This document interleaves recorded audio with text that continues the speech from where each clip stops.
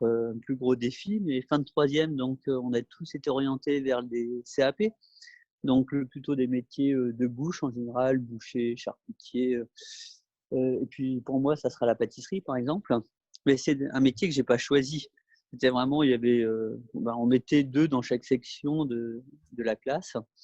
Donc ça va démarrer comme ça et surtout la chance que j'ai, c'est qu'à 16 ans, je vais commencer à travailler à 2 heures du matin, 28 jours par mois et puis là, ma note en 4 mois, elle va passer de 2 à 12 et puis 2 mois après, je serai plutôt à 18.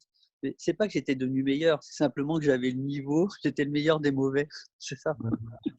Et ça va se construire comme ça et j'ai une chance extraordinaire, c'est d'avoir le droit de travailler et puis il fallait que l'on se taise surtout.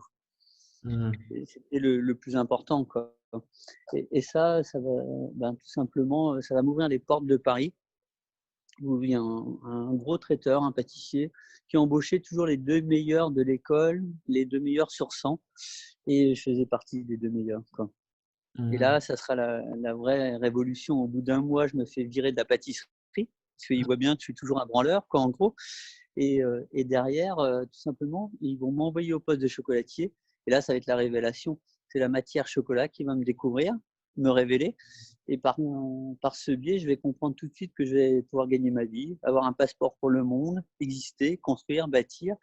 Et ça va démarrer tout doucement. Mais c'est une expérience qui est longue.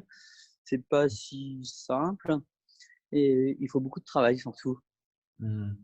Justement, au début, c'était plutôt, une organisation familiale. Comment ça s'est fait au début là? Ouais, au départ, mes parents avaient une petite boulangerie dans un village de 80 habitants et dès que je vais rentrer en chocolaterie à 18 ans, à Paris, je vais commencer à faire les premiers petits sujets, mon premier Pâques, mon premier Noël, surtout pour gagner ma vie aussi. Parce que j'avais un doux rêve, c'était de faire, de la moto et si tu as pas d'argent, tu fais pas de moto et donc ça aussi, ça fait partie effectivement de tout mon cursus. C'était vraiment le vecteur d'avoir une moto, 2 motos, 3 motos, de la compétition. Mais il sera déjà trop tard pour devenir un champion, quoi. En plus, j'avais pas le niveau, ça c'est clair. Mais la discipline va naître aussi et par la force du travail, va me faire grandir. Et évidemment, ma mère me donnait tout le résultat des ventes de chocolat dans ce petit village. Et puis, c'est comme ça que ça va se construire, mais c'est vraiment très long, hein. Et 13 ans après, ça sera l'installation à Sceaux, le premier magasin. Et là, la deuxième révélation, c'est surtout que les clients vont faire ce que l'on est aujourd'hui. S'il n'y avait pas de clients, on ne serait pas là, quoi. Et justement, j'aimerais montrer une de vos premières créations. Ce sont les demi-sphères. Ça, c'est 1994, surtout, c'est l'équivalent d'une Coupe du Monde. C'est le Grand Prix international du chocolat. Alors, expliquez-nous un petit peu cette demi-sphère. Comment est-ce que vous l'avez produite? Comment vous en êtes arrivé à ce travail-là? La demi-sphère, elle naît, j'ai un appel, je ne sais pas si ça c'est Guy Savoy qui m'appelle. C'est sans doute l'un des plus grands cuisiniers au monde. Il a été élu 4 fois plus grand chef au monde. Et ça perturbe pas la vision là, si? Ça va? Non, non, c'est bon. Non, c'est bon. Et l'hémisphère, elle naît tout simplement et par la couleur aussi. Il fallait, le chocolat et le problème, c'est que le problème, c'est une de ses qualités, mais c'est un produit qui est extrêmement, c'est très chaleureux, c'est dans des on va s'approcher d'une des sculptures là. Je ne sais pas si vous voyez bien, ça va? Oui, alors Si vous la attendez, voyez? j'enlève le partage d'écran. Alors là, c'est une Ouais. sculpture en chocolat. Ouais. Il y a trop de soleil, non? Non, non, non, c'est bon. Ça va? Et c'est une couleur qui est très chaude, plutôt dans les marrons bruns et par la demi-sphère, je vais pouvoir apporter énormément de design et de la couleur et c'est ce qui va révolutionner complètement le monde de la chocolaterie. Ça sera sans doute la troisième vague en termes de révolution, pas industrielle, mais artisanale. Il y a une première vague qui était sans doute, le nôtre au départ et qui arrive, de la Suisse. Il avait appris à la Coba et puis après la deuxième vague, c'est la Maison du chocolat avec Robert Lynx et moi je vais arriver et là je vais révolutionner vraiment ce qui est le design, la vision et puis sans doute le goût aussi. Et par la technologie, je vais perturber aussi beaucoup de choses Donc, en et fait, cette troisième vague, elle s'explique par un travail différent sur le chocolat. ouais, Je dis ça pour les complètement. francophones peut-être qui auraient besoin de voilà que je réexplique. Mais et donc ce travail-là, c'est un travail à la fois de sculpture, donc on change le format, c'est un format plus artistique, et c'est l'utilisation de la technologie pour produire différemment. C'est ça? Ouais, et puis surtout, c'est ce autodidacte. J'ai jamais rien vu, j'ai jamais voyagé, j'ai pas pris l'avion, j'ai pas été à l'école, j'ai jamais vu un noir de ma vie, pas de feu rouge, pas de château, pas de rivière, pas de gastronomie. Et la chance que j'avais, j'étais complètement vierge. Ce qui va faire que je vais pouvoir commencer à tout simplement, je vais produire quelque chose qui sort simplement de mon imaginaire. J'aurais pas de, j'ai pas de format au-dessus et quelqu'un qui me coach. Donc Et c'est ça qui va. c'est l'instinct qui prédomine? Complètement. Le fait de ne pas avoir d'éducation, ça apporte une liberté. Alors des problèmes bien sûr, parce que c'est beaucoup plus lent, c'est difficile. Mais le fait de ne pas avoir cette éducation fait que tu es complètement libre, tu es vierge. Et bon, aujourd'hui, j'adore les gens qui font des études, évidemment, parce que c'est quand même beaucoup plus facile.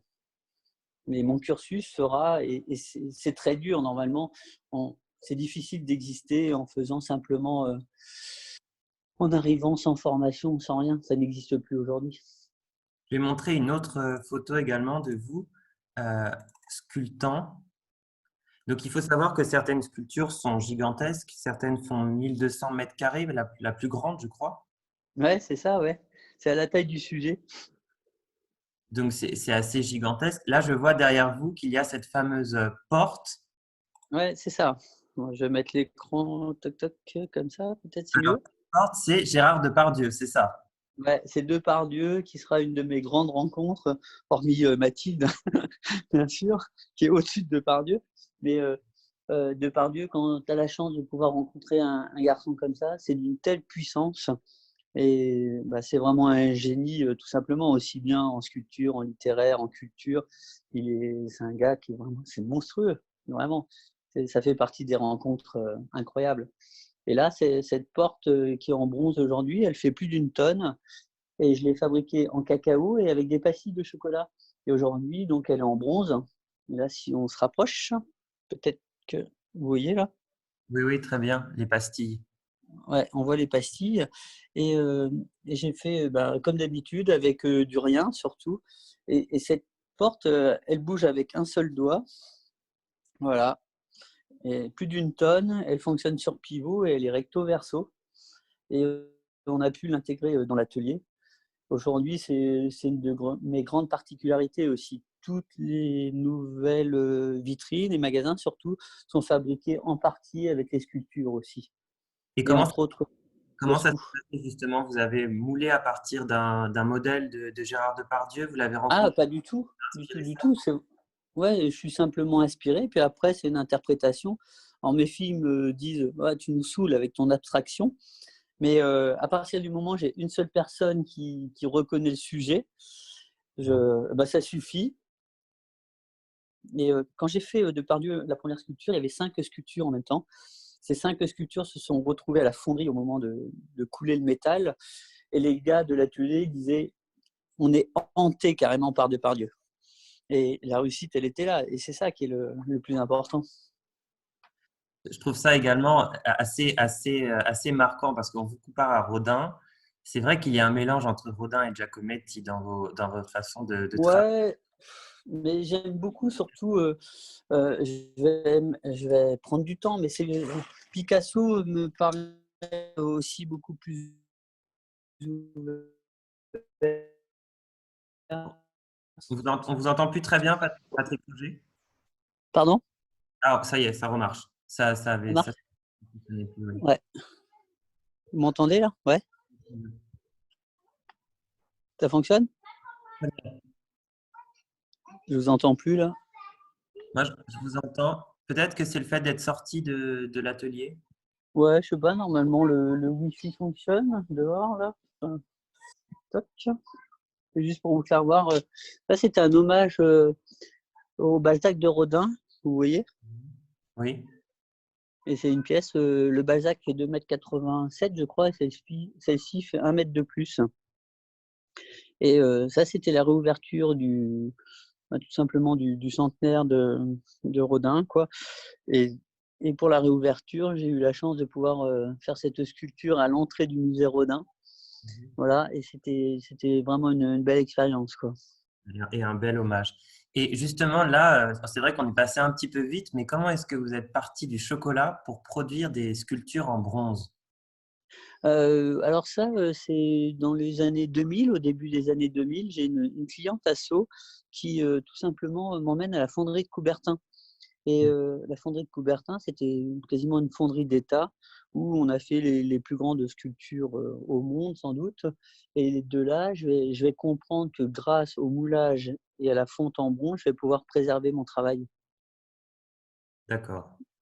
Parce que, le problème du chocolat, c'est quelque chose à la base qui est fait pour être mangé. C'est pas quelque chose qui est fait, moi j'ai complètement détourné la matière. Mhm. Et donc cette problématique de conserver, c'est extrêmement difficile. Mes parents ont encore une sculpture qui date de 1992, il a 28 ans. Mais il y a peu de chances de la conserver. Mais c'est une volonté aussi d'ancrer davantage dans le temps. Bah, oui, donc tout ça, ça va venir avec, évidemment avec aussi avec le temps et l'expérience. C'est que, bon, j'en sais rien, mais je commençais un peu à lire et avoir plus, mais le travail souvent d'un sculpteur ou d'un artiste, c'est comment tu vas durer effectivement, et c'est peut-être une des raisons, c'est possible, ouais. Mais jusqu'à maintenant, je me posais pas trop de questions, même si aujourd'hui, bah, vous me posez des questions, donc ça m'ouvre l'esprit, ça rend plus intelligent, mais à la fois ça cause plus de problèmes, donc à suivre quoi, on verra. Je montre en même temps des sculptures que vous avez réalisées en bronze, notamment les hippopotames et puis l'empereur ailé. J'avais une question justement. Qu'est-ce qui vous inspire? Parce qu'il y a beaucoup d'animaux en voie d'extinction aussi que vous représentez à travers le médium du chocolat ou du bronze. Oui. Et, et est-ce que c'est justement une volonté? Est-ce qu'il y a un message à faire passer derrière la Disons maison? qu'au départ, comme j'ai dit, notre métier, c'est du minéral, c'est du végétal. On peut passer par la case animale, mais Mathilde a tendance à penser que l'on passe du végétal à l'homme directement, et de l'homme, par la sculpture, par le biais de la sculpture et les fontes en métal, on va retourner au minéral. Et si vous voulez, la boucle est bouclée. Et au départ, effectivement, il y avait pas mal, sur les animaux, c'est quelque chose qui me gêne beaucoup, mais je suis très proche surtout des arbres aussi. Les arbres, c'est quelque chose qui est important. Si on préserve pas notre nature, c'est que demain, on n'aura tout simplement plus rien. Et bah, surtout aujourd'hui, on est dans un cycle qui est très compliqué en termes de déontologie, d'éthique, y compris nous. Est-ce qu'on est en accord avec nous-mêmes? Donc, et tout ce travail qui était très UNESCO au départ, sur la protection des grands singes, parce qu'il n'en reste plus, évidemment, sur la faune marine, tout ça m'interpelle beaucoup. Mais demain, évidemment, c'est l'homme qui est l'enjeu aussi. Si on préserve pas la nature, le végétal, l'animal, bah, il y a aucune chance que l'on puisse vivre. C'est évident. Et on est dans je vais monter à l'étage pour vous faire voir une ou deux autres sculptures. Et on est dans un cycle aujourd'hui qui est vraiment assez désastreux. Et puis là, on va s'apercevoir avec le Covid que, évidemment, peut-être qu'on pourrait moins polluer, peut-être qu'on pourrait repenser. Est-ce qu'on a raison, on a tort? Ça, je ne sais pas. Une petite vue du haut de l'atelier. C'est vrai que nous, c'est quelque chose qui nous a interpellés parce qu'à l'ambassade de France, on a une programmation culturelle qui s'appelle La Terre en héritage et où on se soucie effectivement aussi de thématiques écologiques via le culturel. Ouais. Et donc moi, par ce que je fais, par exemple dehors, j'ai plusieurs sujets, des orang-outans. J'ai une sculpture qui fait 18 mètres de long par 4,50 mètres de haut. Et dedans, c'est des casiers avec des grands singes. Évidemment, de toute façon, il ne reste plus rien. Les gorilles, il reste 800 gorilles dans le monde. Et je pense qu'on est à la fin, on est à l'extinction d'espèces. Alors Mhm. évidemment, on regarde tous les gros sujets, mais c'est la même chose sur les insectes, sur la mer et ainsi de suite, quoi. Là, par exemple, vous avez une raie. Cette sculpture, elle a été exposée avec 69 autres chez Christie's il y a 3 ans. Et je rentrais du Rwanda justement sur les gorilles. Parce que, pareil, c'était dans le Nord Kivu. une des régions les plus dures au monde, sûrement, où il y a beaucoup de… C'est très, très dur, parce qu'il y a le Virunga, il y a le Rwenzori, bien sûr, mais socialement, c'est une catastrophe, la République démocratique du Congo. Et à chaque fois, tous ces voyages fait que l'on grandit. Et ça t'apprend autre chose, de New York en passant par la campagne et toutes les campagnes du monde. Et c'est l'ensemble. Si on n'est pas pluriel, je pense qu'on ne peut pas, tout simplement, on ne peut pas vivre. Et c'est sans doute le problème de demain. Qui prendra les décisions par rapport à ce qui se passe? Je pense qu'il n'y a plus de politique, il y a plus de grands dirigeants, il n'y a pas de patron. Les journalistes, on n'en parle même pas. Ils font tout simplement, on veut produire de l'image et puis, je ne sais pas comment on appelle ça, mais il faut qu'il y ait des sensations fortes. Et tout ça, c'est très dommage, quoi. On a une première, on Pardon? a, on a une première question des participants. Quelles sont les meilleures écoles en France pour étudier le métier du chocolat? Par exemple, quand vous recrutez des apprentis, est-ce que vous regardez les Alors, écoles? alors moi, je n'ai pas d'apprenti. Je prends directement, on travaille en tant qu'ouvrier. Et si quelqu'un veut passer son CAP, il le passe en candidat libre. Et on a une dizaine de nationalités. Donc le recrutement, il se fait plutôt par… ça peut être un anthropologue, un neurologue, un informaticien, un garçon qui a fait boulanger. Et je suis quelqu'un qui emploie que par rapport à la tête, surtout. S'il pousse la porte, il est déjà embauché, quoi. En gros, c'est comme ça. Justement, on a, Et, on a un Michael qui demande comment il peut faire si un jour il voulait travailler pour vous. ben, c'est pas très dur, il vient nous voir. Chaque CV, on reçoit les personnes. Et puis l'objectif, c'est simplement de venir travailler. Et on a une équipe, on est un peu comme le Real de Madrid, quoi, en gros. Le but, c'est d'avoir les meilleurs joueurs du monde. Alors, évidemment, c'est toujours compliqué quand… Moi, je parle pas un mot d'anglais, par exemple, évidemment. J'ai pas d'études. C'est pas très simple. Mais c'est de mixer toutes ces origines et de pouvoir faire en sorte que l'on puisse travailler ensemble. Et c'est cette richesse qui fait ce que nous sommes aussi, même si à la fin, évidemment, c'est mon goût, mon esthétique qui décide, ça c'est sûr. On a une autre question. Pourquoi est-ce qu'on connaît davantage le chocolat suisse ou belge à l'international que le français? Alors, ça, c'est très simple, c'est dû à l'industrie. L'industrie belge et suisse était très très forte par Lindt, par Barry Callebaut, par toutes ces firmes. Et les firmes françaises étaient toutes petites en termes d'industrie. Par contre, en termes d'artisanat, la France, on a un tel savoir qui était évidemment les ouvriers, les paysans, bien sûr les chercheurs, les artisans, et ainsi de suite.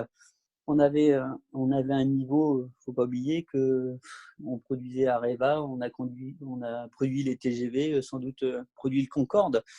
Et c'est cette richesse que l'on avait, que l'on est en train de perdre, quoi. Mais surtout, on a un littoral aussi, on a un terroir qui est extraordinaire. Et tout ce savoir qui est en train de disparaître tout doucement, fondamentalement, on reste quand même sur une richesse qui est incroyable. Paris, il n'y a pas de capitale au monde qui a cette richesse. Et justement, sur la production, vous produisez vos propres amandes en France. Oui. Comment vous en êtes venu justement à cette conclusion-là de produire ces amandes en France et ne pas forcément les acheter ou les importer Alors, je rentrais tout simplement du Venezuela et je me dis, tu es vraiment con, tu aides… Le cacao pousse dans 47 pays dans le monde. Et puis, sur ce constat, bon d'accord, tu aides le cacao, ça pousse entre le 20e parallèle nord et le 20e parallèle sud. Et donc ça, on ne peut pas produire en France du cacao. Et je me dis, qu'est-ce que tu peux faire pour aider tes paysans ou les ouvriers qui sont là, à côté de l'atelier? Je suis sûr qu'il y a des gens à moins de 500 mètres qui meurent de faim. Et c'est comme ça que ça va venir. Et puis, je vais me dire, quelle est la filière qu'on a le plus besoin? Et c'était vraiment l'amande. Il s'est avéré le plus important. Aujourd'hui, il n'y a plus du tout de production d'amandes en France parce que financièrement, c'est pas tenable, tout simplement. Donc, je suis rentré comme un mécène, comme on rentre dans l'arbre. Et c'est comme ça que va démarrer l'histoire. Je vous Alors, promène en même temps, hein. oui, oui, c'est très. Alors, on veut vous voir aussi de temps en temps. Moi, j'ai des commentaires de personnes qui me disent on veut voir Patrick Roger. Ah bah, je suis là. je suis là, mais bon, ça a peu d'importance. Ce qui compte, c'est le résultat, quoi. Non, mais je pense que c'est aussi pour voir sur vos lèvres, comme on a parfois des francophones qui apprennent le français, c'est plus simple pour eux de comprendre. Ah ouais, d'accord, bon. Alors, on a une autre question de Victoria. Est-ce que vous avez une œuvre favorite, une œuvre qui vous rend particulièrement fier? Ah ben, oui, forcément, déjà, c'est l'ensemble. Tu te dis: «Mais comment tu as produit tout ça?»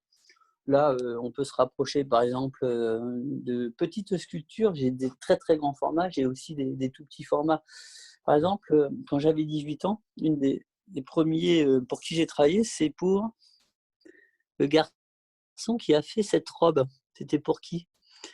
Bah, tout simplement pour Madonna, et j'ai eu la chance à 18 ans de travailler pour Jean-Paul Gaultier, et aujourd'hui, évidemment, ça fait partie de ce qui va me construire. Le fait d'être avec Jean-Paul Gaultier, d'aller au dernier défilé, on partage des moments, c'est d'exception, on est dans la pure création. Je pense que c'est vraiment des hommes qu'on devrait soutenir et maintenir, quoi. Parce que c'est ça la France aussi, c'est cette richesse de création c'est hors norme. Hmm. Alors, on a également une autre question. Bonjour, merci beaucoup pour le sujet. J'ai quelques questions. La plus difficile sculpture que vous ayez réalisée? Alors, je crois qu'il y en a pas une qui est simple, finalement, parce que, tout simplement, c'est une histoire de technique. Moi, j'ai une technique qui est complètement mixte, et le chocolat, à la base, a jamais été fabriqué pour ça. Donc que ce soit une petite sculpture ou une grosse, j'ai toujours les mêmes problèmes, les mêmes complications. Mais, bon, on a tendance à dire, je suis 3 fois patrimoine, au Japon, national, tellement j'ai d'heures de travail, et je m'en sors toujours à peu près bien, quoi. Et Et si ça justement, casse, je recommence. comment est-ce que vous travaillez le chocolat? Quel type de chocolat vous travaillez? Comment ça fonctionne un petit peu? C'est des tubes? Ouais, alors, je vais redescendre, je vais essayer de vous faire voir, mais j'ai beaucoup de techniques. Le but, c'est vraiment de travailler, complètement libre. Il y a pas de Le point de départ, c'est toujours un dessin. Toc, Mhm. je vais mettre ma tête là, hop, le point de départ, top. Ça, c'est la queue de Virgin. Heu, Ça, c'est une sculpture pour, la FIA, pour Jean Todt, qui offre, à certains pilotes dans le monde, à la fin de la saison, ou aux écuries, aux patrons de grandes écuries, Niki Lauda, Toto Wolff, il offre, le trophée. Il voulait l'équivalent d'un César ou d'un Oscar pour la Fédération internationale de l'automobile. Et alors moi, je travaille, soit ici, cette pièce, j'ai une coque. J'ai essayé de mettre du vide à l'intérieur parce que tout de suite, on est à 80 kilos. C'est très, très lourd. Là, j'ai des blocs où je suis carrément en sculpture en taille directe. Donc, Alors, en gros, on a, ces blocs de sculpture, ouais, ça, c'est des blocs. Vous voyez avec mon scalpel là, bah, je vais tout simplement aller gratter dedans, hein. Donc ça, c'est ce qu'on appelle de la taille directe. Mhm. Et quand vous avez des blocs comme ça, là, il y a 450 kilos. Donc ça, c'est dur, hein, c'est pas comme du marbre, mais c'est dans la même, veine. Et je travaille beaucoup, aussi évidemment avec le chocolat qui est liquide. Ça va faire un peu de bruit, mais je vais allumer 2 secondes. Vous allez voir. Voilà, donc je vais travailler avec ce chocolat qui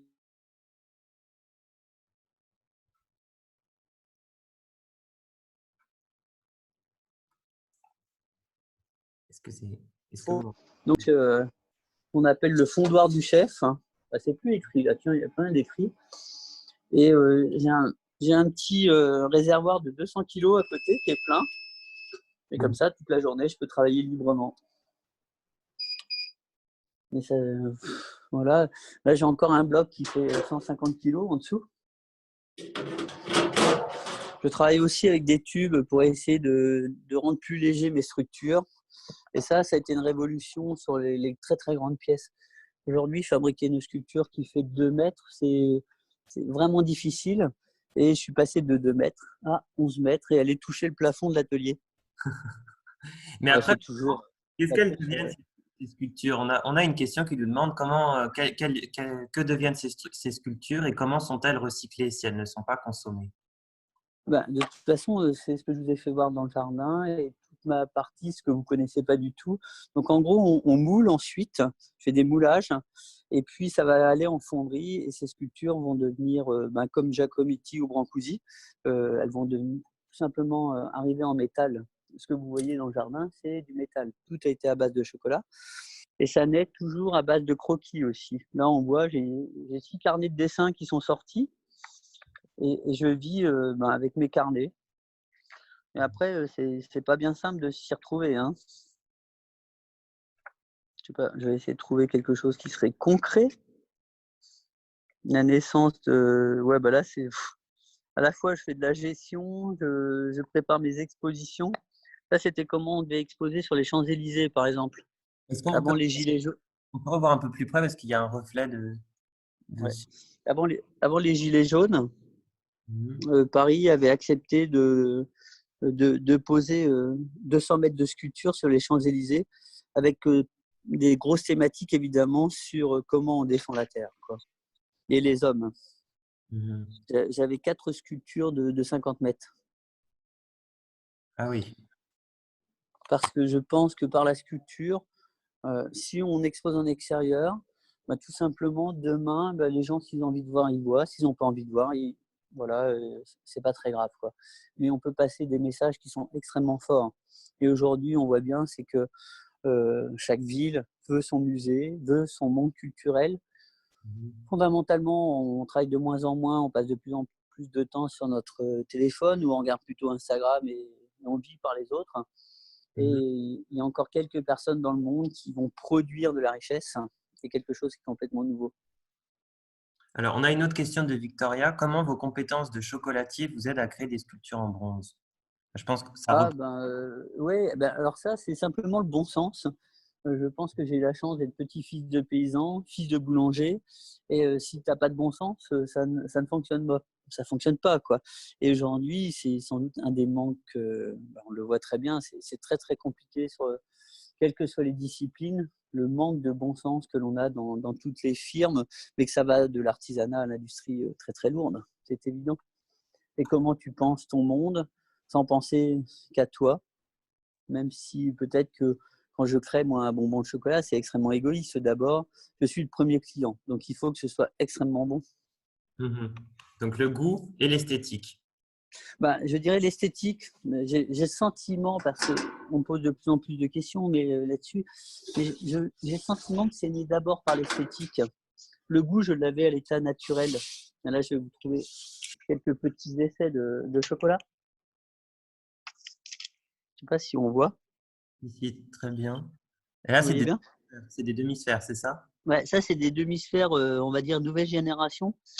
C'est juste incroyable. Et là, là aussi, vous en avez d'autres. C'est des essais qui ont été faits il y a quelques temps. Et dedans, on va être capable d'aller, je ne sais pas jusqu'où on peut grossir, Là, mais je crois que vous l'aviez tout à l'heure. oui, là, on voit très bien. Mais Ouais. justement, on a l'impression que ce n'est même plus du chocolat. Ah ben, c'est de l'art, non? Si, Peut-être. si, complètement. Et on retrouve ce vert émeraude. Et j'aimerais justement en parler. Comment est-ce que vous en êtes venu à choisir ce vert émeraude qui est devenu quand même la couleur caractéristique de la maison Patrick Roger? Je vais montrer en même temps en partage d'écran des photos qui illustrent cela. Ben, le vert, c'était juste une évidence, hein. L'émeraude, demain, ça s'appellera sans doute, on arrive à l'équivalent du bleu plein, ou tout simplement le rouge de Louboutin. Et c'est quelque chose qui était, pour moi, ça s'est fait juste avec du bon sens, tout simplement. Mathilde saurait l'expliquer de façon plus scientifique, même si elle va garder jalousement le secret. Et là, justement, je suis en train de montrer quelques boutiques, donc notamment la boutique de Faubourg Saint-Honoré. Oui.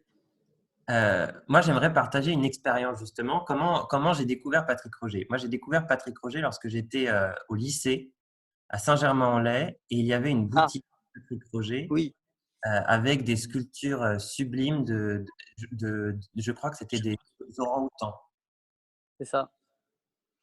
Et donc, ce qui est quand même un petit peu caractéristique de boutique, c'est une ligne artistique personnalisée pour chaque boutique, C'est une ça. sculpture, cet aménagement vraiment, enfin, voilà, sublime. Racontez-nous un petit peu comment vous en venez à choisir un petit peu l'aménagement de chaque boutique, à choisir la ligne artistique. Bah, c'est pas très dur avec le volume de chocolat que je mange, donc on a les neurones et tout ça, c'est ce que encore une fois, c'est ce que dit Mathilde, grâce au glucose, bon, tu as le cerveau qui fonctionne, mais alors, à une vitesse qui est démesurée et la chance de pouvoir créer, d'être complètement libre fait que chaque boutique, je pourrais en produire une par jour, hein, ça c'est évident. Si j'étais architecte, ça serait une catastrophe et donc le but c'est ça, c'est vraiment avec l'évolution, sculpturale, on va dire, on va dépasser l'architecture, on va proposer par exemple le Faubourg Saint-Honoré, on rentre complètement dans la sculpture et c'est ça l'objectif. On intègre complètement une expérience et le rêve de demain aussi, c'est de vivre Patrick Roger, comment on dort, comment on appréhende évidemment, la maison, l'architecture, le jardin et ainsi de suite. Et c'est ça qui est, bah, c'est juste génial parce que le chocolat n'est qu'un prétexte à produire tout ça. Et aujourd'hui, vous avez 9 boutiques en France et en Belgique. Euh, 9 en France et la prochaine, la Belgique, on a fermé d'accord. et la prochaine, c'est Moscou. Voilà, 9 boutiques en France et bientôt une à Moscou. Comment est-ce que vous choisissez les emplacements de vos boutiques? Bah, Paris, il a fallu beaucoup de temps pour comprendre que c'était quand même le centre du monde, sans doute pour, la partie justement, artisanat et puis le niveau des clients et d'exigence est très, très élevé. Donc ça, c'était, essentiel et puis après Moscou va arriver parce que j'aime bien cette culture. C'est des pays qui sont froids aussi, c'est plus facile et aujourd'hui, bah, une ville comme Moscou, 20 millions d'habitants, on est sur un développement une synergie qui est très, très forte et puis, je pense tout simplement que, ça fait partie bah, c'est l'Europe quoi, en gros et si, et puis j'adore la France et si on développe pas dans ce sens-là, c'est un peu difficile, quoi. Mais après avec ce que l'on fait, on peut aller dans le monde entier. Sauf que notre matière est sensible au chaud. C'est difficile d'aller ouvrir, à Delhi, heu, ou à Bombay, quoi, c'est évident. Donc c'est un choix plutôt dû par rapport au climat aussi. Alors, quelqu'un demande si bientôt vous ouvrirez une boutique à Nour-Sultan ou un concept store. Bah, voilà, donc aujourd'hui, on travaille, pour effectivement faire avancer, comment on est capable de distribuer. Mais mon métier, c'est de la grande cuisine. C'est ce que je disais, là, j'ai Guy Savoie qui m'appelle, en même temps et comment on est capable de produire à l'extérieur, c'est pas simple parce que c'est un produit qui est très fragile.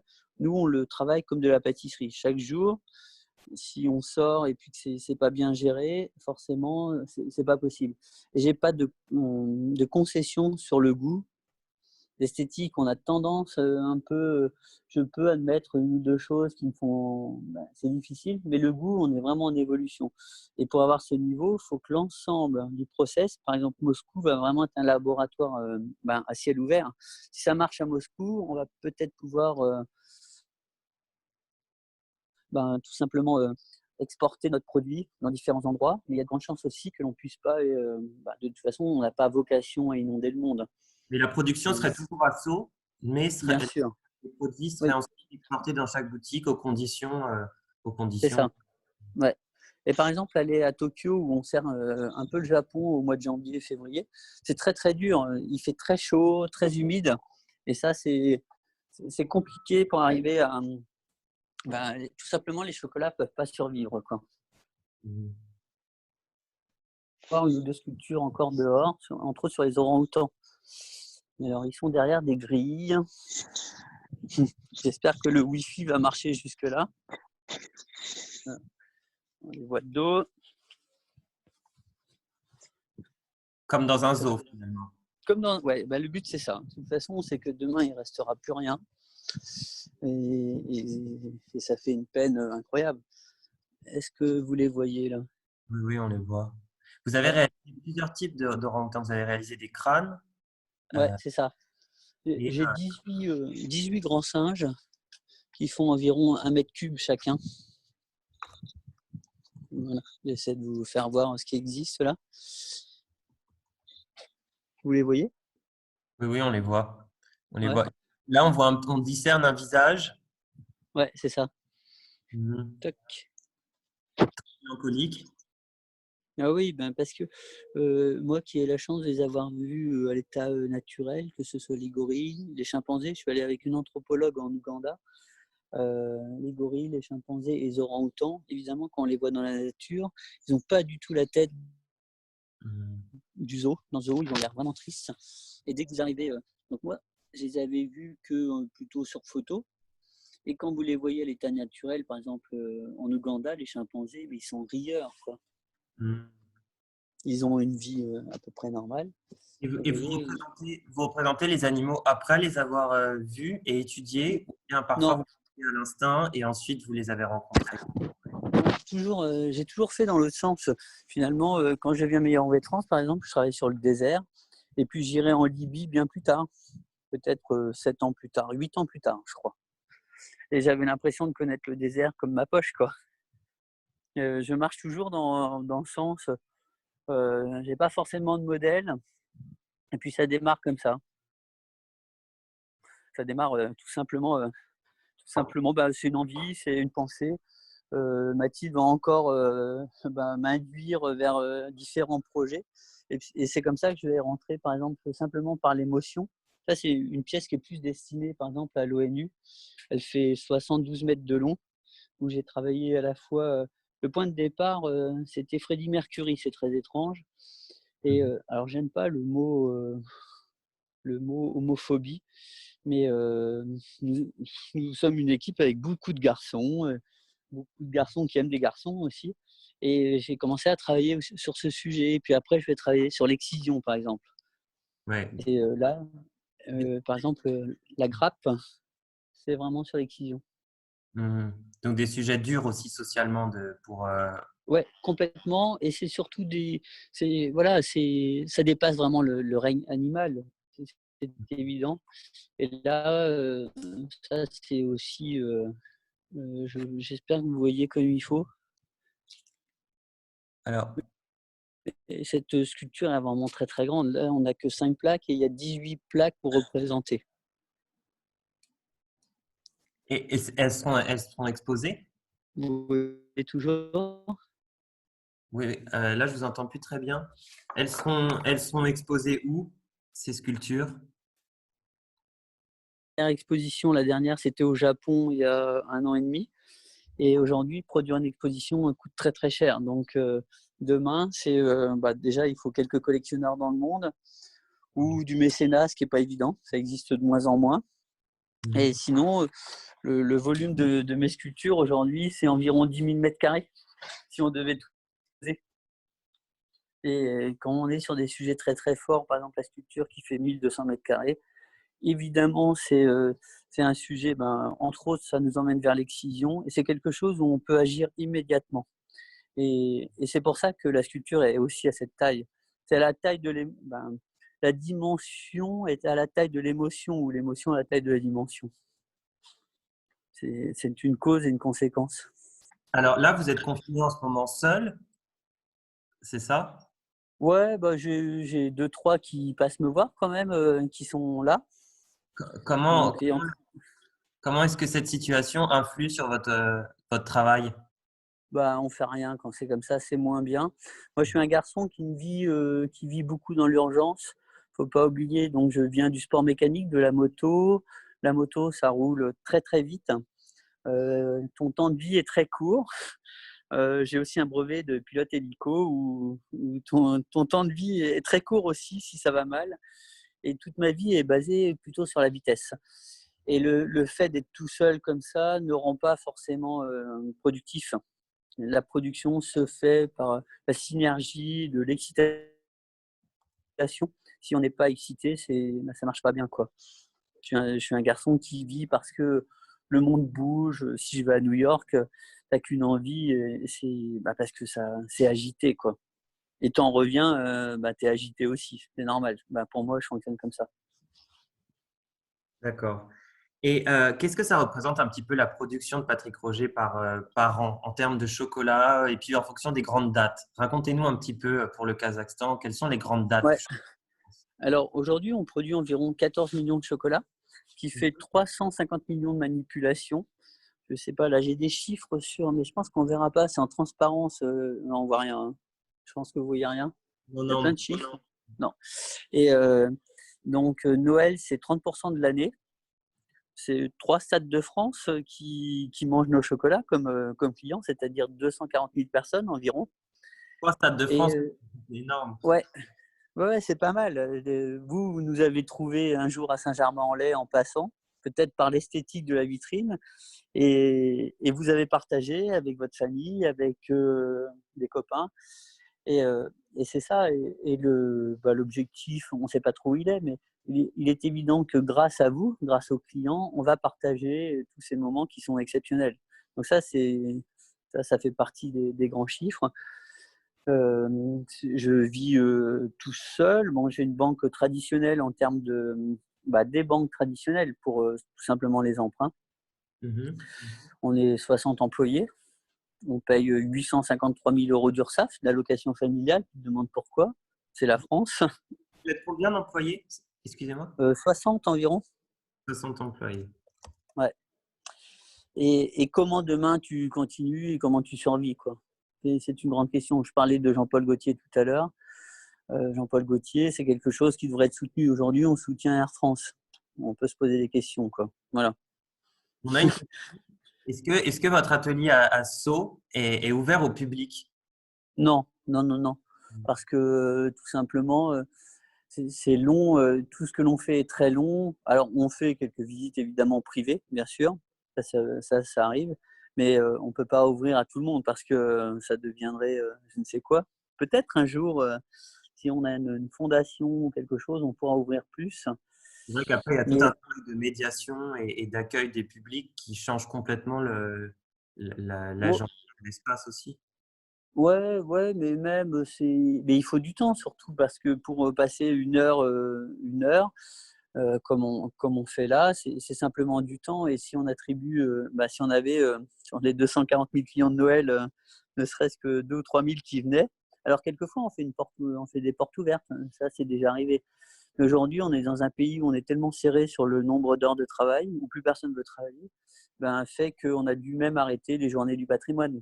Parce qu'on a trop d'heures, on a besoin de beaucoup d'heures pour pouvoir réaliser ce que l'on fait. C'est très très long, c'est de la haute couture. Mhm. Vous nous parlez beaucoup de Mathilde. Ouais, Alors, alors c'est parce que vous l'avez en contact en plus. mais pour les Kazakhstanais qui ne la connaissent pas, alors qui est Mathilde? C'est une source d'inspiration, c'est une collaboratrice, c'est une amie proche, c'est tout ça en même temps?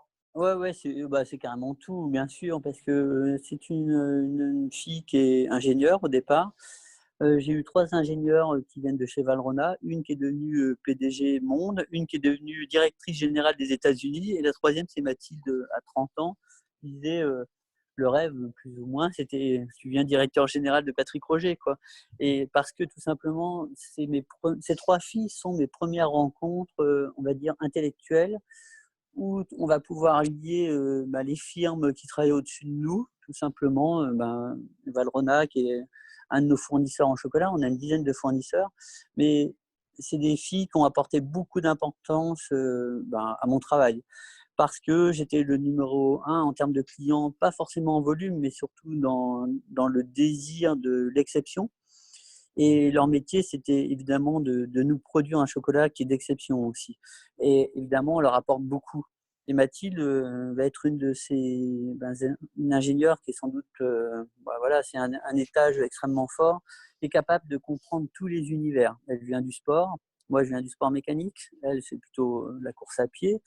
Mais le fait de pouvoir tout partager, on va pouvoir aussi bien partager la haute couture, et elle va me parler de tout simplement des cellules qui se divisent ou comment la cristallisation du champagne va se faire. Et comme j'ai pas fait d'études, je suis juste fasciné par ces personnes qui ont beaucoup de connaissances. Et si on arrive à lier un petit peu de connaissances avec tout ce bon sens, peut-être qu'on peut avancer. Et en plus, c'est une fille qui est super facile dans tous les domaines. Elle dit ouais, mais je suis pas excellente dans un domaine, mais elle est bonne partout. Elle n'est pas moyenne partout, elle est très très bonne partout. Donc là, ça commence à être sérieux. Donc, si vous avez Et un conseil, c'est bien s'entourer. pardon. Et si vous aviez un conseil pour des entrepreneurs, c'est bien s'entourer et puis faire confiance à son instinct. Ouais, moi je fonctionne vraiment que par l'instinct et donc par cet achat de vous me demandiez comment je recrute quelqu'un, c'est vraiment par la gueule. Mathilde pourrait vous envoyer 5 ou 6 portraits de la dream team des plus beaux garçons qu'on a eus. Je peux vous assurer que ça marque des points, quoi. Le chef de l'atelier ressemble à on va dire, à un je sais pas, un orthodoxe, en gros. Il a une belle barbe, des cheveux longs, il est italien et c'est ça qui est important aussi, d'avoir des personnalités qui sont fortes, tout en comment demain, comme chez Chanel, comment Lagerfeld, il a réussi à produire du Chanel, pendant toute cette vie, quoi. Et ça, c'est complètement dans l'impalpable et il faut avoir le niveau de Mathilde, sans doute, et pour arriver à comprendre, peut-être, tout ce qui va faire, toute cette différence. Et ça, c'est quelque chose que tu peux être ingénieur et absolument pas comprendre. C'est très, très dur de ce partage et ce qui fait que tu t'isoles, tu t'isoles et tu t'isoles. Comme Depardieu est isolé parce que, tout simplement, il y a personne qui est capable de donner, de répondre en face. Son niveau est tellement élevé que, vous faites quoi? Quand tu es avec, c'est, putain, tu prends une dérouillée, mais grave et c'est extraordinaire. C'est vrai. Alors, une dernière question. Justement, je rebondis parce que vous avez parlé du champagne. Patrick Roger, aujourd'hui, produit son propre vin. Oui, Vous cultivez de la Syrah, notamment en amphore. c'est ça. Expliquez-nous un petit peu. Ouais, alors ça, c'est en rentrant de la République démocratique du Congo il y a 3 ans, j'ai un petit problème. On finit en prison au Rwanda pour un problème de visa. Et on va rentrer 51 jours plus tard. Et pendant cette détention, je me dis, t'es vraiment con. Une des seules solutions financièrement pour arriver à sauver la culture des amandiers, on ne peut pas vivre de l'amande. C'est très clair, ça coûte trop cher. Je me dis, c'est peut-être la vigne. Et je venais de racheter de la terre et on avait obligation d'arracher la vigne. Je dis, on ne peut pas arracher la vigne. Pour moi, le végétal, il est essentiel. Et je dis, on va garder la vigne et puis on va trouver un vigneron évidemment, pour s'occuper de ça. Et donc là, je vais prendre cette décision complètement folle. Et puis finalement, en 2016, on va sortir notre première cuvée qui est extraordinaire. Évidemment, ça sera en amphore. Évidemment, on veut passer en bio. Évidemment, on veut raisonner tout ce que l'on fait. On ne veut plus arroser, on ne veut plus faire ci, on ne veut plus traiter. Et, et surtout, ça va nous apprendre encore à être plus forts. Parce qu'on n'a pas parlé, mais ici, on gère environ une trentaine de points de ce que l'on appelle le RSE aujourd'hui. C'est Mhm. comment, au niveau sociétal, on va faire attention à nos poubelles, à notre climatisation, à notre lumière. Vous voyez, je vis dans un espace où il n'y a que de la lumière du jour. Mhm. Et tout ne peut être que pluriel. Et donc, la vigne va s'avérer un produit que aujourd'hui on maîtrise très très bien jusqu'à la bouteille. Par contre, on ne sait pas le vendre pour l'instant. Et un des objectifs, effectivement, on ne nous attend pas sur le marché du vin en France. Il y a tellement de producteurs, il y a tellement de monde que ce n'est pas la peine. Par contre, si on s'ouvre évidemment, par exemple sur Moscou, au Kazakhstan ou vers la Chine, c'est bien plus facile. On a une petite production et cette petite production, qui est environ 12 000 bouteilles par an, elle peut aider tout simplement à soutenir la filière qui est les amandiers. Demain, s'il n'y a plus d'amandes, il n'y a plus de pralinés, il n'y a plus de pâte d'amande, il n'y a plus tout ce que vous connaissez, Saint-Germain, quoi. Et, euh, et ça peut être une des façons pour aider tout simplement l'arboriculteur à survivre. C'est pas de gagner de l'argent avec, mais c'est comment tu fais vivre un territoire, un terroir, du monde, tout simplement des ouvriers. Et c'est ça qui est essentiel. Encore une fois, le chocolat n'est qu'un prétexte à cette construction. Donc, si vous avez un négociant en vin, aujourd'hui, on a 20 000 bouteilles qui sont disponibles sur deux années, 2016 et 2018. Justement, quels sont les enjeux? Comment est-ce que vous parvenez à gérer comme ça différentes filières, l'amande, le chocolat, le vin, les sculptures en bronze? Comment est-ce que vous Et le parvenez reste, à l'équilibre bah, entre plus qui peut venir encore, peut-être des nouvelles productions qu'on ne connaît pas encore? ouais, bah si, moi j'en connais pas mal. J'ai une dizaine de métiers qui sont tous imbriqués l'un dans l'autre et on ne peut pas enlever de ces filières. Et justement, l'enjeu de demain, c'est comment tu fais pour continuer. Mon expert comptable me dit à chaque fois, il dit, bon, très bien, tu seras comme Jean-Paul Gaultier, quoi. Voilà. C'est une énorme réussite. Mais c'est comment demain tu arrives à t'entourer. Et c'est pas simple parce que chaque petit chocolat, par exemple, on le touche 25 fois. Et pour chaque tâche, on va dire que ça ramène 4 centimes. Et ça ne gagne pas suffisamment d'argent pour peut-être produire plus ou plus grand. Parce que tout simplement, ici, on est dans une espèce de démesure de l'excellence qui demande beaucoup de fonds. Comment tu fais de la recherche, comment tu développes, comment tu construis. Je suis un puissant fin. Comme il y a beaucoup d'idées, c'est très très dur je fais avec le niveau que j'ai. Si demain on ne fait pas, tant pis, tout simplement. Renzo Piano disait que après Renzo Piano, il n'y aura plus l'âme Renzo Piano, il restera que Renzo Piano Building. Parce que ça, il peut peut-être transmettre comment on fait un building. Et comment on fait une œuvre Renzo Piano, ça c'est un autre problème. C'est juste. Est-ce qu'il y a des questions des participants pour Patrick Roger, ceux qui souhaitent aussi poser leurs questions à l'oral?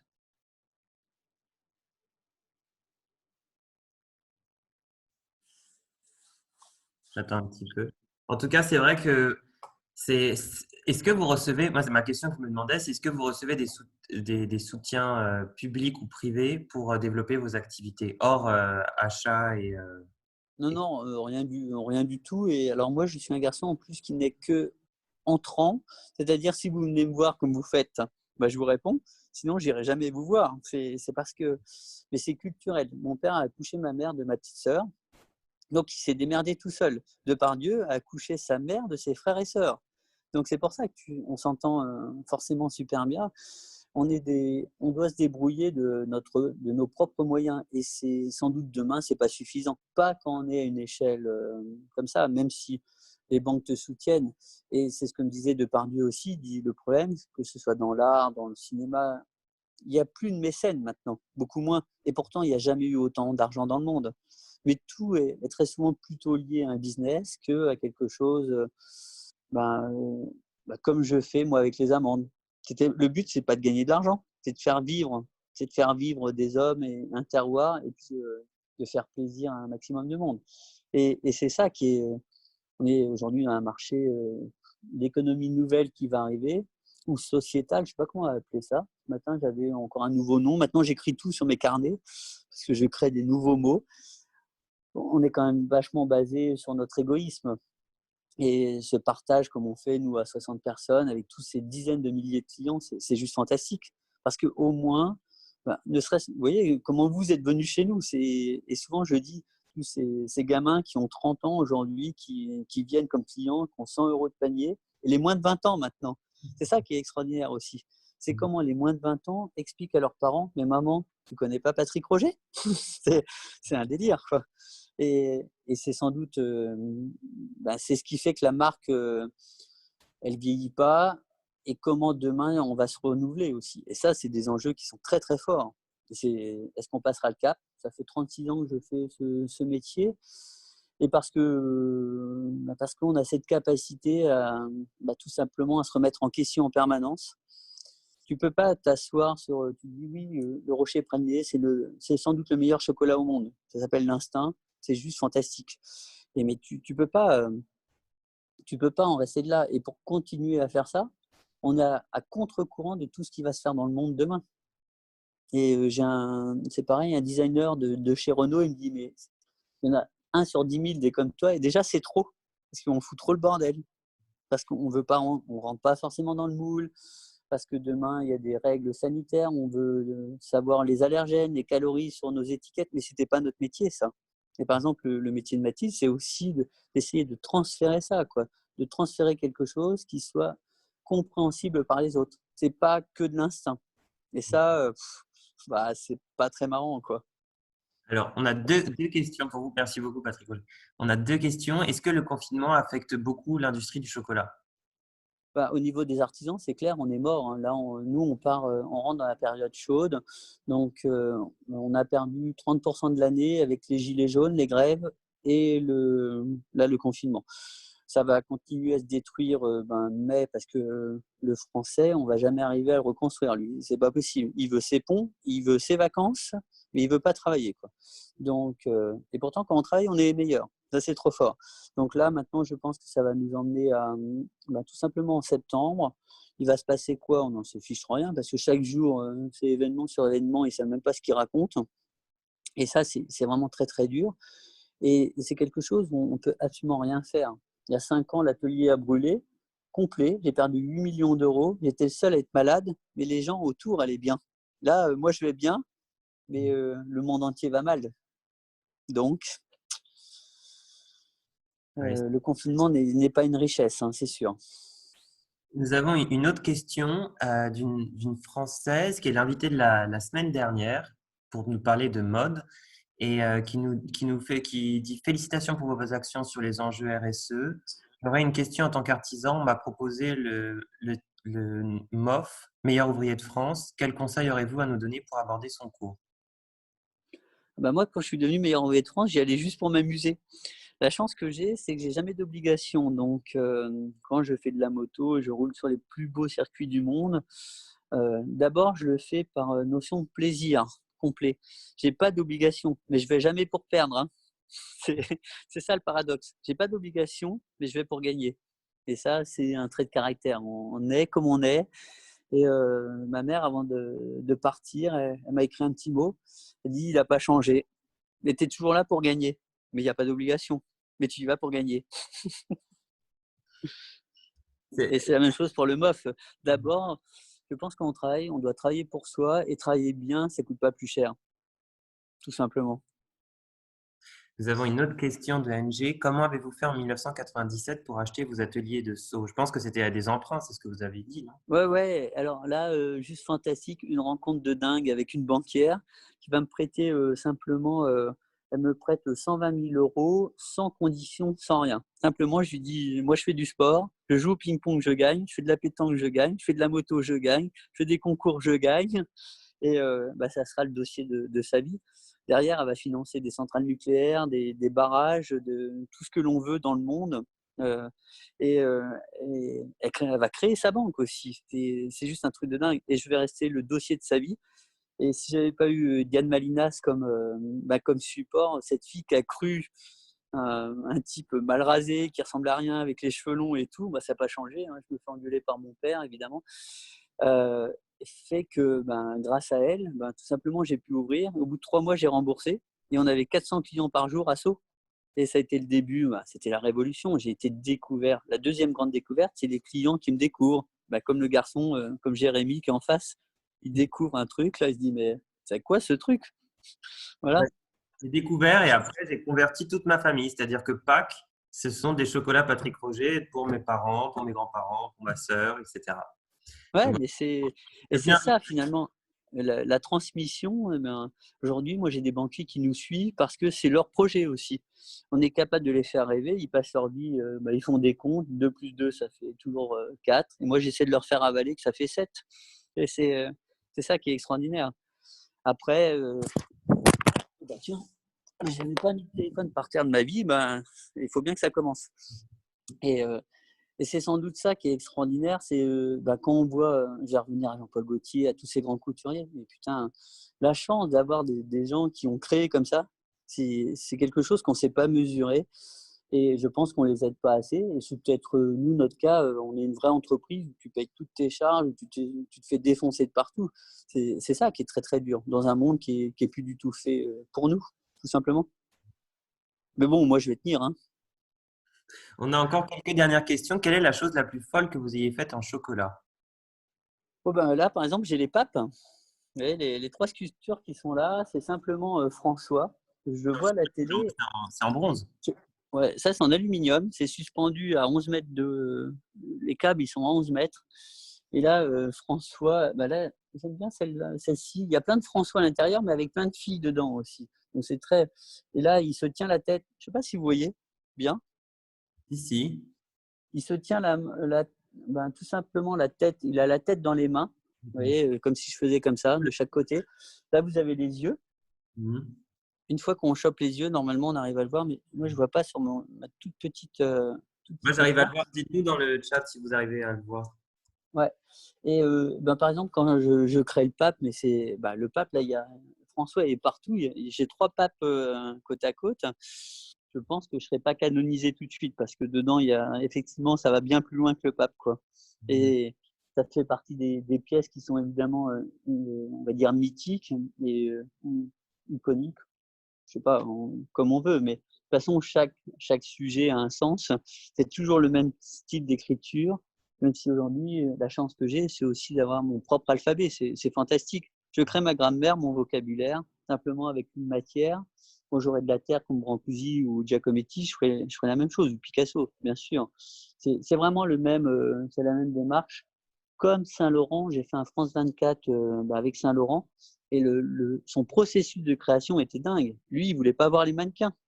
Et, son truc, c'était, il créait ses tissus, comment il posait sur les modèles, quoi. Mais il regardait le mannequin par un miroir. C'est quelque chose qui est extraordinaire comme mode de fonctionnement. Et ça, c'est une richesse quand on peut faire tout ce que l'on veut dans le monde, personne ne fait ça. Il y a une pièce unique. Finalement, comment vous faites pour être à la fois dans un discours qui est militant, mais en même temps que vous voulez assez discret? Comment vous trouvez un peu votre place entre ces deux tendances? Parce qu'à la Eh fois, vous ben, êtes par exemple, sur la sauvegarde des espèces, il faut ouais, vraiment avoir le regard, le deviner. Enfin, vous suggérez, mais vous n'imposez pas ce contenu. Chacun peut un peu se l'approprier comme il le souhaite. Et c'est comment ça. Ouais.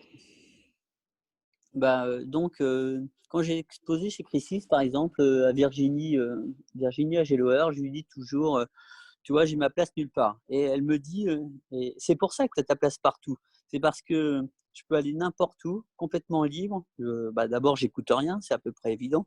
Je vis complètement libre et c'est cette liberté qui a fait tout ce qui a été fait.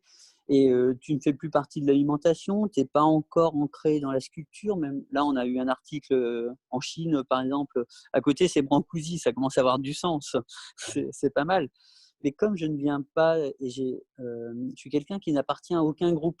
Je fais de la moto, mais je vais te dire, j'ai juste mon mécanicien et puis une fois qu'on a fini, on s'en va. Je fais du chocolat, mais je parle qu'à un ou deux chocolatiers, même si je parle à tout le monde. Je parle de cuisine, mais j'ai l'ensemble des cuisiniers. Tout à l'heure, aujourd'hui, j'ai eu les 3 plus grands quasiment du monde là sur le téléphone. Guy Savoie, Arnaud Lallemand et puis Alexandre Gauthier, la grenouillère. Et quand on a, ou si c'est 3 gros. Et finalement, je fais partie d'absolument rien. Et ça, Mathilde en parle mieux aussi, comment elle va décrypter, où je vais aller piocher dans chaque univers un monde, et on va prendre le meilleur de chaque lieu, essayer d'extraire ce qui va de travers. Et quand je rentre, par exemple, sur les baleines ou sur n'importe quel sujet ou des endroits vraiment dangereux et qui sont compliqués, peut-être qu'on va s'engager tout simplement, mais sans le dire. Et ça, on n'est pas obligé de tout dire non plus. C'est pas une obligation, à part des sujets qui sont l'excision. Et pour moi, c'est des sujets qui n'avancent pas assez vite parce que, à part un État africain a décidé du jour au lendemain, c'était fini. Il y avait pas de sens il n'y a pas de sens que ça continue. C'est parce que aussi j'ai 2 filles à côté. Si tu touches les filles, ça va pas bien se passer, hein. J'étais commando à l'armée, donc à 20 ans, t'es pas là pour t'amuser, quoi. C'est évident. Et c'est des choses qui est vraiment, vous souhaiteriez, voilà, c'est tout ça. vous souhaiteriez créer davantage de ponts vers la mode, par exemple? Vous avez beaucoup de références qui sont liées à la mode, Jean-Paul Gaultier, Yves Saint Laurent, Karl Lagerfeld. Est-ce que c'est un univers qui vous intéresserait? Complètement, à 20 ans, je refusais. Je refusais parce que comme je disais, tu étais à l'armée, tu étais là pour, que ça tape quoi, en gros, hein, c'est normal. Et puis avec le temps, je vais comprendre et glisser tout simplement, ne serait-ce même dans mes sorties, je vais pas acheter, à manger dans la rue de Sceaux parce que c'est pour les gens bien. Par contre, je vais aller chez Saint-Laurent parce que c'est aussi un cours. Quand tu vas chez Vuitton, tu vas apprendre aussi. C'est ça qui est important, ou chez Hermès. Et par toutes ces grandes marques, on va trouver un espèce d'alter ego, comme je trouve avec Mathilde aussi, pareil. Et parce que tu vas pouvoir commencer à aller confronter des modes de pensée qui sont extrêmement identiques et comment tu vas partager. Là, s'il n'y avait pas eu le Covid, j'avais une conférence à Épernay avec 1000 vignerons en face. Et ça aurait été extraordinaire. Tu es un des endroits où on crée le plus de valeur avec simplement des raisins. et comment on va partager une expérience qui va dépasser simplement le fait de faire du champagne. Parce que bon, bah, c'est bien gentil de vendre une bouteille de champagne, mais c'est quoi le sens de tout ça? Et c'est comme ça. Puis après, c'est quoi la philosophie? Justement, Amina demande quel est votre credo dans la vie? Quel est votre Bon quoi?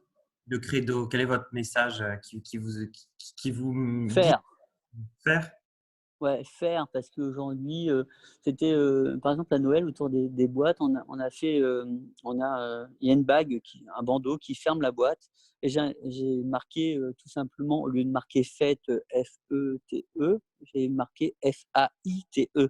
Attention, je suis pas bon en orthographe en plus, ça se complique et je trouve qu'aujourd'hui, le problème, comme on fait rien, il faut faire quoi, c'est pas le tout de parler. Les banquiers d'aujourd'hui me disent: «On est bourré d'intelligence, on est bourré de richesse, mais on fait absolument rien». Et on fait comment pour faire quelque chose? Et c'est très dur parce que quand on est comme moi, tu prends beaucoup sur la gueule quoi. Tout le temps, tu te fais taper. Un mec comme Depardieu, c'était ça. On le critiquait pour ci, pour ça, mais il avait 80 employés. Il avait, ses 1 ou 2 ou 3 domaines.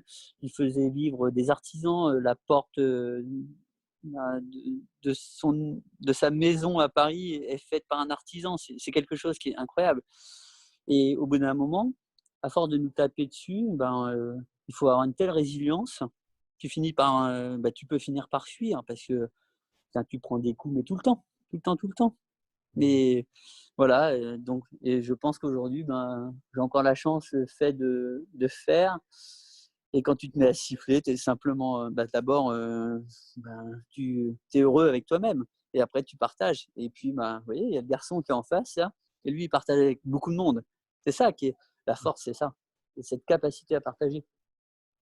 Merci beaucoup, Patrick Roger. C'est un beau message de fin. Euh, Merci. je vous remercie. S'il n'y a pas d'autres questions, voilà, je pense qu'on va mettre fin à cette partie. Merci aussi aux précédents intervenants qui se sont connectés et qui ont suivi, notamment Axel Liger, qui est créatrice de mode et qui s'est connectée et qui vous a posé quelques questions. Merci aux différents acteurs du réseau qui ont partagé l'information. Et puis, voilà, pour la prochaine rencontre, vous découvrirez le travail également artistique et un peu hors du commun de Mathias Kiss, qui est un artisan d'art artiste, ancien compagnon du devoir, et de sa fille Mila Kiss, qui est réalisatrice de films. Et donc, on présentera ces deux profils pour continuer le cycle culturel. Et puis, si Patrick Roger, vous souhaitez suivre cette rencontre, ce sera avec grand plaisir que l'on vous accueillera en tant que public cette fois.